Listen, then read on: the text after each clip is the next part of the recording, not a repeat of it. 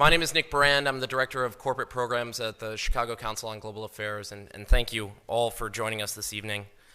I'd like to take this opportunity to welcome George Friedman to the Chicago Council. I believe it's his first time here, so thank you so much for being with us. No place is really pacific for very long. I mean, neither the United States, we have constant wars, okay? Europe will, I suspect, not return to the 31 years, but it will return to humanity. They will have their wars, they will have their peace, they will live their lives. It will not be 100 million dead, but the idea of the European exceptionalism, I think, is the one suffering the first death. There will be conflict. There was conflict in Yugoslavia, and there's certainly conflict now in Ukraine. As to the relationship to the United States, we no longer have a relationship with Europe. We have a relationship with Romania, we have a relationship with France. There is no Europe to have a relationship with. Yes, the gentleman in the fourth row over here. Excuse me. By the way, I'm a subscriber. Thank you. Is Islamic extremism really the major threat to the United States, and will it die on its own, or will it keep growing? It is a problem to the United States. It is not an existential threat. It has to be dealt with, but it has to be dealt with proportionately. We have other foreign policy interests. So, the primordial interest of the United States, over which for a century we have fought wars, the First, Second Cold War, has been the relationship between Germany and Russia, because united they are the only force that could threaten us, and to make sure that that doesn't happen. If you're a Ukrainian, is essentially reach out to the only country that will help you, which is the United States. Last week, 10 days ago, General Hodges, Commander U.S. Army Europe, visited Ukraine. He announced that U.S. trainers would now officially be coming, not just unofficially coming. He actually pinned medals on Ukrainian fighters, which by protocol of the military is not the way. Foreigners don't get to pin on, medals, but he did, showing that this was his army.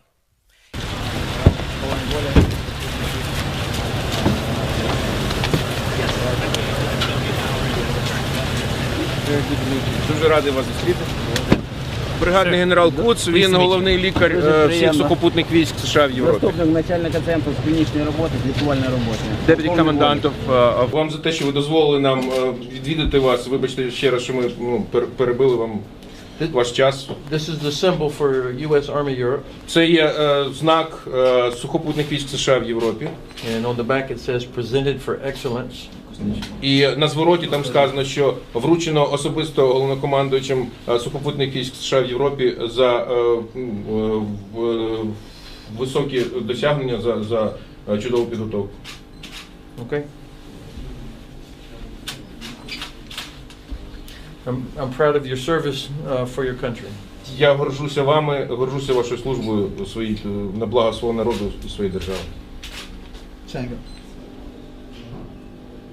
He then left, and in the Baltics announced that the United States would be pre-positioning armor, artillery, and other equipment in the Baltics, Poland, Romania, and Bulgaria, which is a very interesting point. So the United States, and now yesterday the United States announced that it would be sending weapons. Tonight, of course, they denied it, but they are. The weapons will go. In all of this, the United States has acted outside the context of NATO. Because NATO has to have a 100% vote. Any one country can veto anything.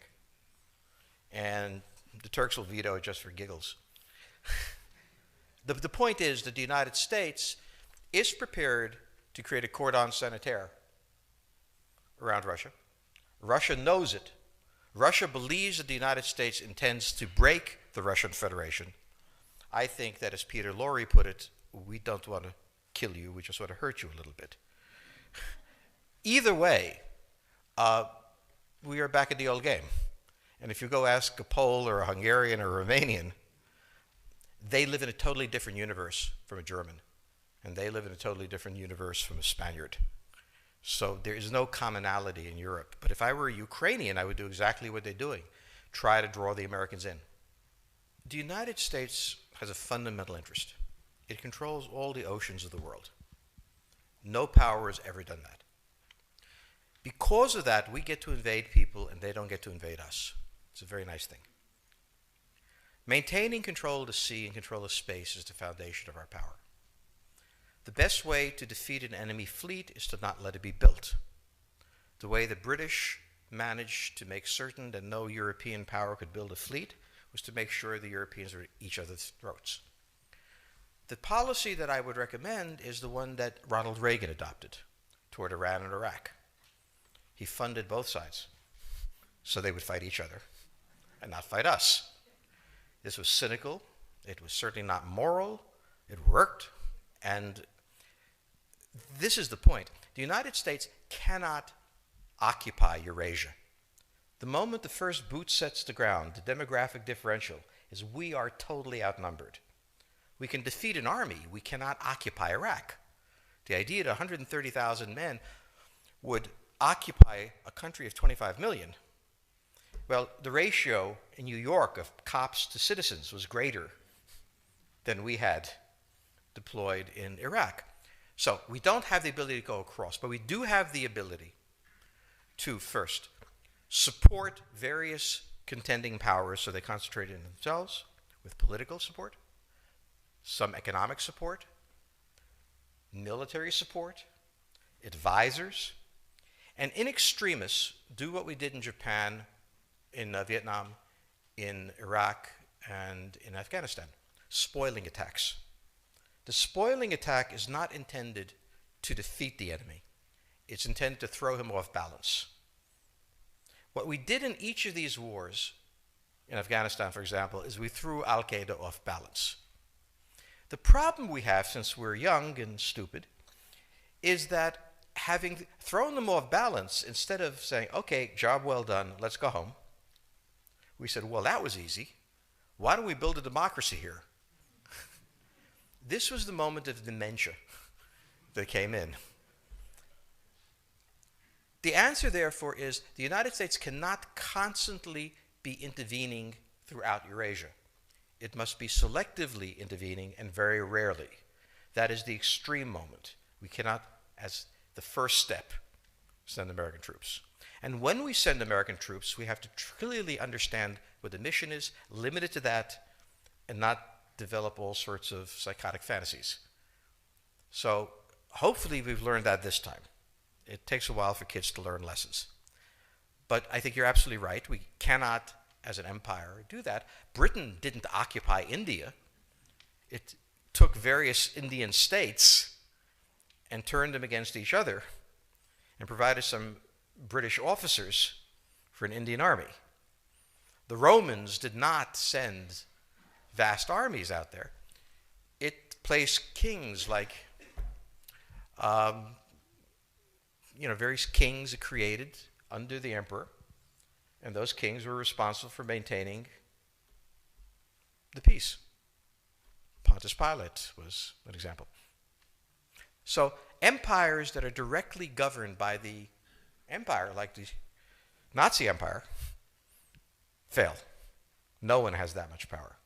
You have to have a level of cleverness. However, our problem is not yet that. It is actually admitting that we have an empire.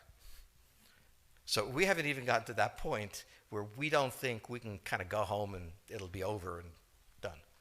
And so we're not even ready for chapter 3 of the book. Next question, please. The question on the table for the Russians is, will they retain a buffer zone that's at least neutral? Or will the West penetrate so far in the Ukraine that they're 70 miles away from Stalingrad and 300 miles away from Moscow? For Russia, the status of Ukraine is an existential threat. And the Russians cannot let go. For the United States, in the event that Russia holds onto the Ukraine, where will it stop?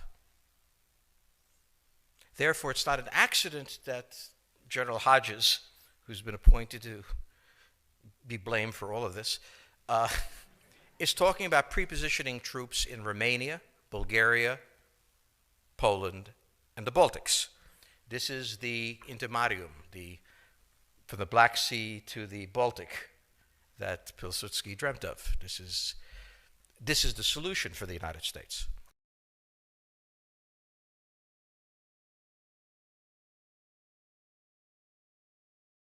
The issue to which we don't have the answer is, what will Germany do? So the real wild card in Europe is that as the United States builds this cordon sanitaire, not in Ukraine, but to the west, and the Russians try to figure out how to leverage the Ukrainians out, we don't know the German position. Germany is in a very peculiar position. Its former Chancellor, Gerhard Schroeder, is on the board of Gazprom. They have a very complex relationship to the Russians. The Germans themselves don't know what to do. They must export. The Russians can't take up the export. On the other hand, if they lose the free trade zone, they need to build something different. For the United States, the primordial fear is Russian capital, Russian technology, German technology and German capital, Russian natural resources, Russian manpower, as the only combination that has for centuries scared the hell out of the United States. So how does this play out? Well, the US has already put its cards on the table. It is the line from the Baltics to the Black Sea.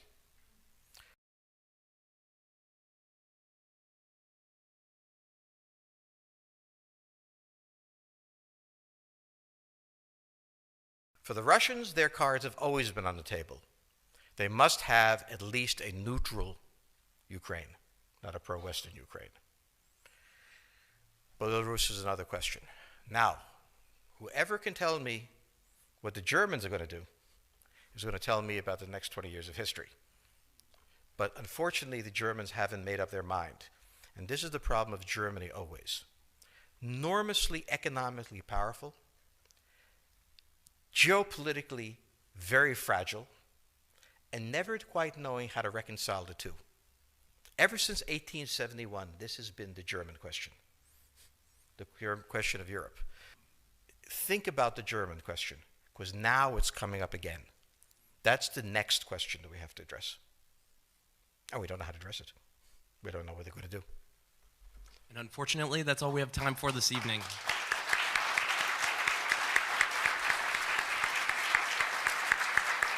Thank you so much. Thank you so much, George Friedman. He'll be signing copies of his book in the rear of the room. Thank you as well to the Chicago Club for co-sponsoring this evening. Good night.